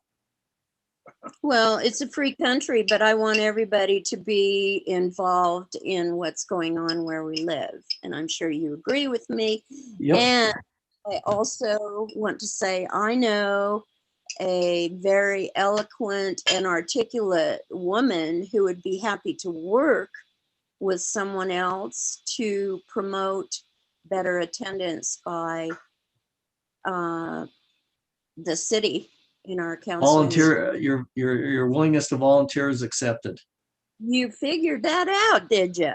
But you have to get your second vaccination first. I know. Well, any strings that can be pulled, I promise my lips are sealed. Once again, we are open for suggestions. I think that's been a frustration of the council for years, is they're doing their best to represent the citizens, to be transparent. Our goal is surely to improve that if we can, but yet many citizens are still surprised. It'd be, and we're still working. I know this sounds crazy, but some type of feedback page. We've even talked about official surveys. But it'd be interesting. It'd be interesting to know how many people would say they haven't heard anything about a public safety building with everything we've tried to do.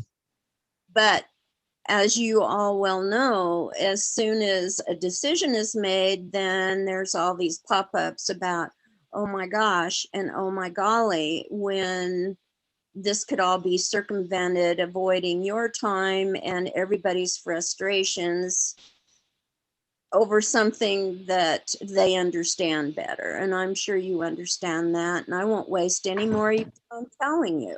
So I can get on to my second question. Okay. My second question is, my husband and I live in Lakeview Heights, which is part of North Ogden.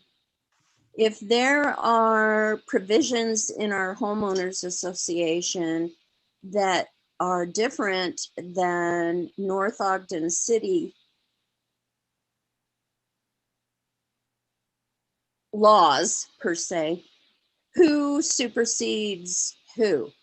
Or has that ever been addressed? Or That's a good question for Mr. Call. So oh, yes. in general, residents can impose rules that are more restrictive than the city rules. So HOAs can have rules that are more restrictive. The major exception to that deals with Fair Housing Act stuff for individuals with disabilities or other things where the federal rules actually trump everybody. So in general, the residents can agree to more restrictive covenants than what the city would impose, except for those Fair Housing Act situations. But not lesser than city ordinances. They can't override city ordinances. Correct. Okay. Does that answer your question, Susan? Yeah, it does. And it's not what I want to hear because I've got an issue with the HOA over solar panels. And I was hoping against hope that you superseded them, but it sounds like the stricter of the 2 or 3 is what rules. So yes, and I appreciate it. And John Call, I remember working with you at one point, but I'll take that up with you later. All right. Thank you for joining us tonight, Susan. You bet. And thank you very much, you guys, for everything you do and being so clear and explicit about what's going on in the city. I really appreciate it. Thank you. Should we go back to Randall Wynn, see if he would like to make a public comment? Yes, Katie, let's do. Randall, it still looks like you're muted. So maybe we'll wait again and see if he comes back on. We've got Brenda Ashdown that'd like to make a comment. Welcome, Brenda. Go ahead, state your name, and please limit your comments to 3 minutes. Brenda Ashdown, North Ogden resident. I'm sure that you were waiting for me. You've limited me to 3 minutes, so I'll have to talk really fast. No, I don't have that much tonight. I just would like to tell you that I appreciate the council members' reports. I really like that part of your meetings. I feel like it's keeping myself at least up to date on what's going on in the city. I really appreciate that addition. The other thing is I appreciate what the woman before me talked about. The only recommendation I have, which you know has to be coming from me, is the website. There could be some more information on the website that was easier to access as far as city council meetings. It is all on there on the calendar, which is actually what I go to. I go to the website, I go to the calendar, and I think there could be a few more things that are added to the calendar, like the Parks and Recs baseball sign up is nowhere on the calendar. That would be a great thing to have. I appreciate the food trucks having been added to the calendar. You've got that little ticker thing across the top on the website on the day before or the day of the city council. That little ticker could say city council meeting tonight. But honestly, I believe in the end, which for me, it did a few years ago, it comes down to the resident wanting to be informed. And honestly, my reason for being informed was because the city shop was built across from me and I had no idea what it was and could not get the information. And so that's why I started participating in listening to city council so that I know what is going on in my city and my area. The third thing, I think it would be great to meet back together again in person, but honestly, I have thoroughly enjoyed the Zoom and would wonder if there was any way to be able to continue with it as well as the in-person. I know I can do YouTube, but that's not a process where I can make these kind of comments and disturb your evening. That's all I have. Thank you very much.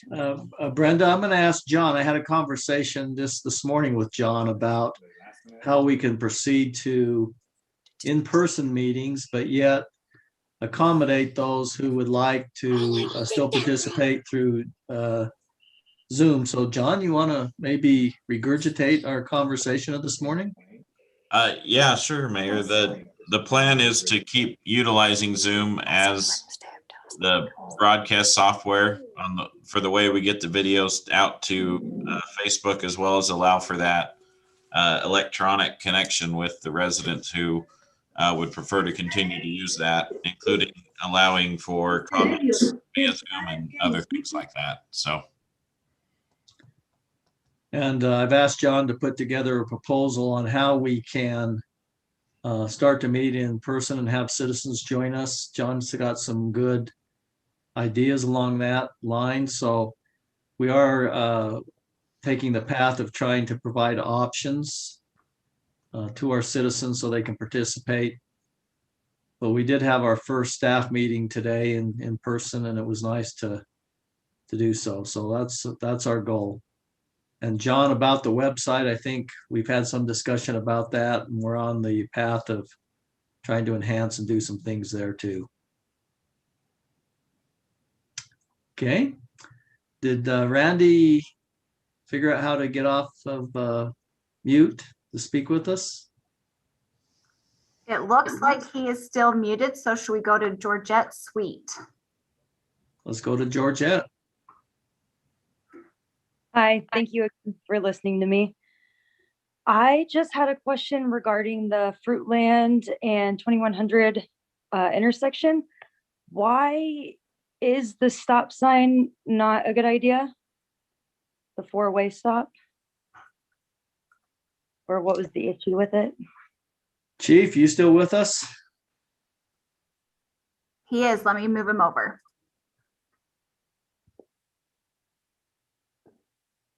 Yeah, Mayor, I'm here. I can try and answer that the best I can. I don't have the guidelines pulled up. That'd take me a minute. But anyway, the manual for uniform traffic control devices, which basically are the guidelines for traffic regulation and traffic control nationwide, which has been adopted nationwide.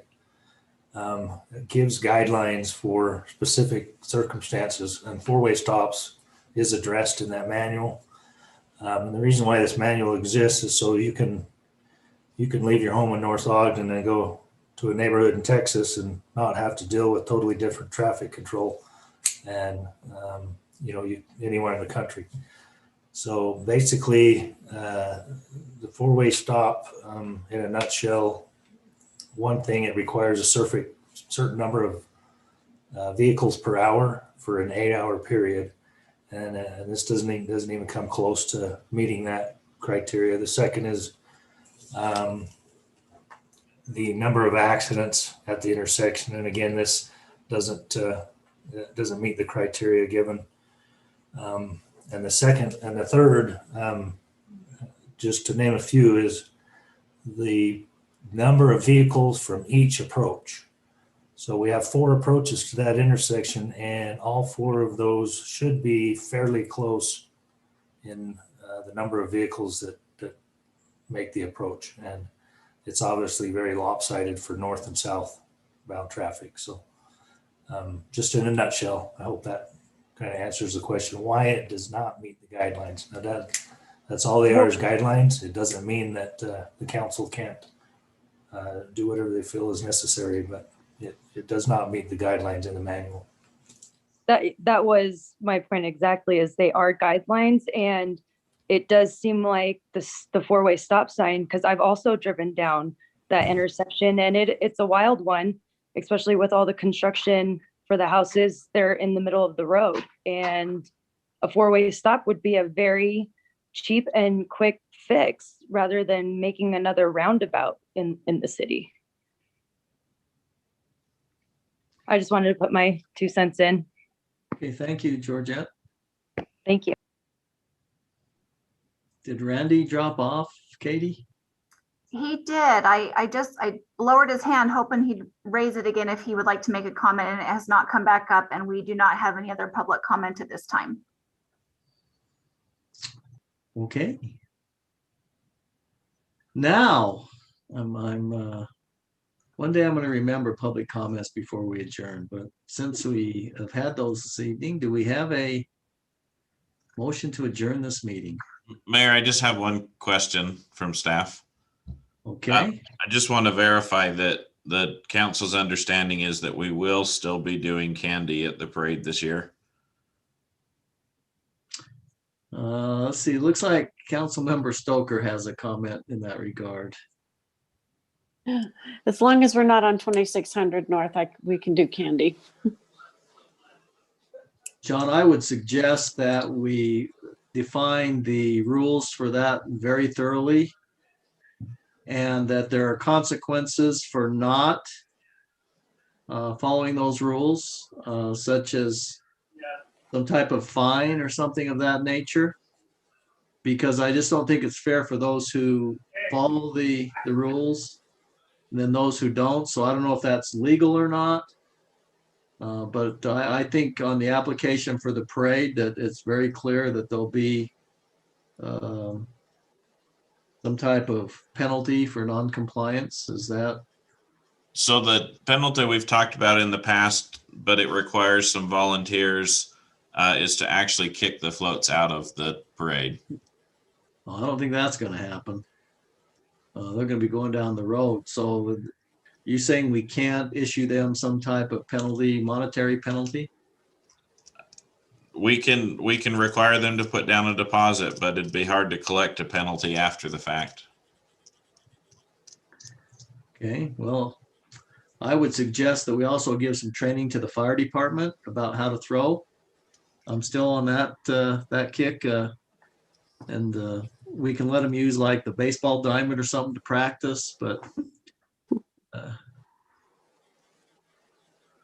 the fire department has heard if you throw candy, you'll get kicked out, and they've been waiting for 15 years to get kicked out. That's why they keep throwing. Any objections to candy in the parade from the council? I'm not seeing any, John. So, but let's please enforce the fact that they are, I don't think they're supposed to be throwing from the moving vehicle. They're supposed to have people alongside doing that. So let's just emphasize that and hope for compliance. Because I do think that's that kind of does make it hometownish, the candy. But I've seen kids run out and actually go underneath moving vehicles, and it scares the living daylights out of me. So, any other questions, John? Nope, Any other comments? All right. Do we have a motion to adjourn this meeting? Motion to adjourn. Councilmember Stoker, who would like to second her motion to adjourn this evening? Was that you, Councilman Barker, raising your hand, or Sure, were I'll you second. waving? I was trying to unmute. Okay. A motion and a second. All in favor of adjourning, say aye. Aye. Aye. Thank you, council members, for your time this evening. Have a good remainder of the night. Have a good night, everyone. Good night. Thank you, Katie.